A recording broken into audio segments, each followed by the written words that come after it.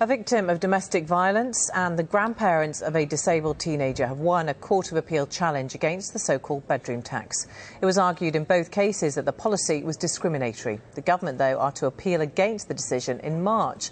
I'm joined now by the teenager's grandfather, Paul Rutherford, who looks after his 15-year-old grandson, Warren. Very good afternoon to you. Explain why you went to court over this. Well, we just thought that the whole thing was massively unfair on us and, well, a lot of other people as well. So we decided that we had to stand up and challenge it. How did the It wasn't an easy decision, but... How did the so-called bedroom tax affect you and your circumstances? Can you hear me?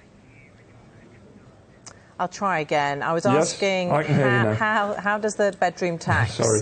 affect you and your circumstances? You look after 15-year-old Warren, who is disabled, and I understand you have another bedroom, a third bedroom, so that an overnight carer can look after him. Just explain how it works. Well, we have carers who come in every day anyway to look after Warren with us or for us, and he needs looking after 24/7, so when we get tired and, you know, nobody can look after anybody for all that length of time, not with the level of needs that Warren has, and we need a break, we get tired, I'm not well, and, you know, when we have the opportunity to have the carers to come and stay and take that strain for us for a night a week, then that's what we would do, and we don't understand why it's such a big deal that we're seen to be under-occupying a bungalow that was essentially, well, in fact, was built for Warren in the first place. Were you told you would have to give up that bedroom or risk losing benefits? What were you told by the council? We were told that we were going to have our benefits cut because our housing benefit cut because the bedroom tax had come in, and we were going to lose 14% of our rent a week. And we couldn't understand why. We just didn't understand it. And we were just, I don't know, we were in shock for a while, and eventually our story broke in the national press, and things escalated, and we found ourselves being assisted to take the government to court to try and get the law changed. Now, councils do have provision, don't they, to make exceptions in some cases. Would they not do that for you? Well, they did. They refused our applications 3 times, and then it wasn't until after our story had been on the national news that we got the discretionary payment. But the discretionary payments isn't a guarantee. There's no security in it. There's no sort of letter that says you will get this money next year. You know, we don't know. The government could stop giving that money to the councils next year for all we know. It's not a secure position to be in, not when we've got a child like Warren whose whole life is depending on how we are able to look after him. And it's enough of a strain as it is, without the added stress of being unsure, we're not feeling secure in what was our own home. Just tell us what kind of a difference it does make to your lives, to Warren's life, having that extra bit of help. It's a massive difference, because without the help, I don't think we could actually look after him. Because he does need looking after all the time. If he chooses, he won't go to sleep tonight.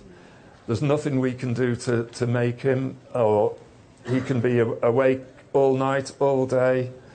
We have to carry on with all the everyday jobs like shopping and cooking and cleaning, washing, and still look after Warren. And in the end, you just can't sustain that level of care on your own.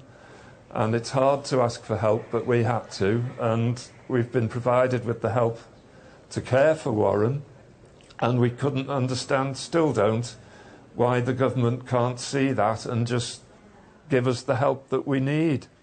It's not like we don't think we're asking for very much.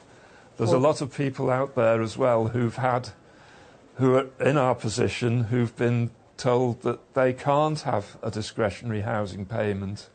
And that is people who are in exactly the same circumstances as ourselves. And for that reason, if nothing else, all people in our situation should be exempted from the bedroom tax rather than rely on discretionary payments, which the word itself says it all, is discretionary. So it's out of our hands. We just want the peace to know that we can look after Warren without the stress of worrying about whether or not we'll be able to stay in the house. We'll have to move, whether he'll have to go into care. Him going into care is something that our lives are dedicated to preventing. And we will fight anybody who makes that look like it might have to happen, including, as we've done now, we'll fight the government. It doesn't matter. It's Warren who's the priority, and all the other disabled kids, disabled people and anybody else who's affected by this policy. You have won today, Paul, but the government says they're going to appeal against it. What would you say to ministers who are listening? I'd say they have no idea what they're doing. I would say that they should look closely. They should look at Warren, they should look at themselves, and they should ask themselves what they are doing. What do you hope to achieve by this? By what is the ultimate aim? To grind us down even further? Is that what you want to achieve? Do you want Warren to go into care? Do you want me to have a nervous breakdown, or my wife? It's like, what do you want? Or do you want us, as citizens of your country, to be able to just live our lives and give this young man the best that we can? That's what we want to do. And it's over to them what they want to do now. Paul Rutherford, thank you for your time, and also to Warren for joining us today. No, I think you've summed it up. Thank you very much.